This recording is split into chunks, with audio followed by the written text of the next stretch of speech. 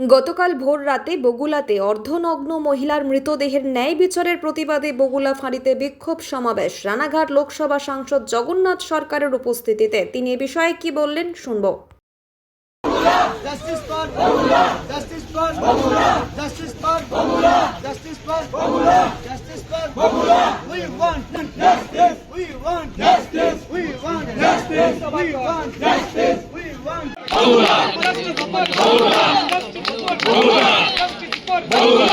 Justice for Bogula. Justice for Bogula. Justice for Bogula.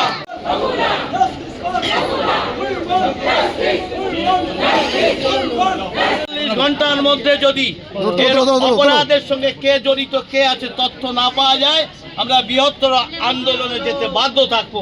আমরা হয়তো জগন্নাথ বগুলা আন্দোলনে কি বললেন, এখানে একটা মেয়ে কিভাবে তাকে, আমার তো মনে হচ্ছে তার তথ্য দেখে মেরে ফেলা হয়েছে, এবং যিনি যখন স্টেশনে ঢুকছেন ফোন করতে করতে সে কি করে কিছুক্ষণের মধ্যে ওখানে গিয়ে রেপ হয়ে মারা পড়ে যায়, বা মারা পড়ে যায়।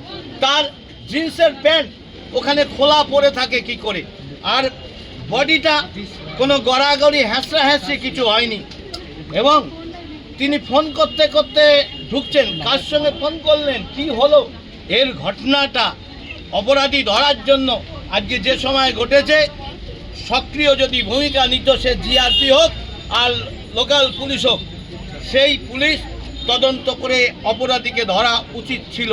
তাই এটাকে স্বাভাবিক আত্মহত্যা বলে চালানোর যে প্রবণতা, বিরোধী দলের নেতাদের মারার পরেও একই দেখা যাচ্ছে, ধর্ষণ হয়ে মরার পরও, ডাক্তার কর্মক্ষেত্রে মরার পরও একই প্রচেষ্টা হচ্ছে। নিরাপত্তা নেই জনগণেরই, আজকে নিরাপত্তা কোথায় নেই। মমতা ব্যানার্জি মুখ্যমন্ত্রী, তার অধ্যত্ত আচরণ, তার কথাবার্তার ব্যবহার মানুষকে আজকে অসহায় করে তুলেছে, তাই তারা রাস্তায় নেমেছে। শুধু তাই নয়, তার সপক্ষের চটিচাটা যে পুলিশ বাহিনী আছে, কিছু প্রমোশনের লোভে এবং টাকা কামানোর লোভে যা খুশি করবো, হাত পেতে ভিক্ষা নেই, মস্তানি করিনি, আমার পোস্ট থাকবে যতই অপরাধ করি, এই মানসিকতার পুলিশরা, তারাই আজকে সাধারণ ঘটনা, সত্য ঘটনা পোস্ট করার পরও তাকে তুলে এনে বাপ মা তুলে খিস্তি দেয়। তাই এবং তাকে মারধর করা হয়েছে, একটা বাচ্চা ছেলেকে।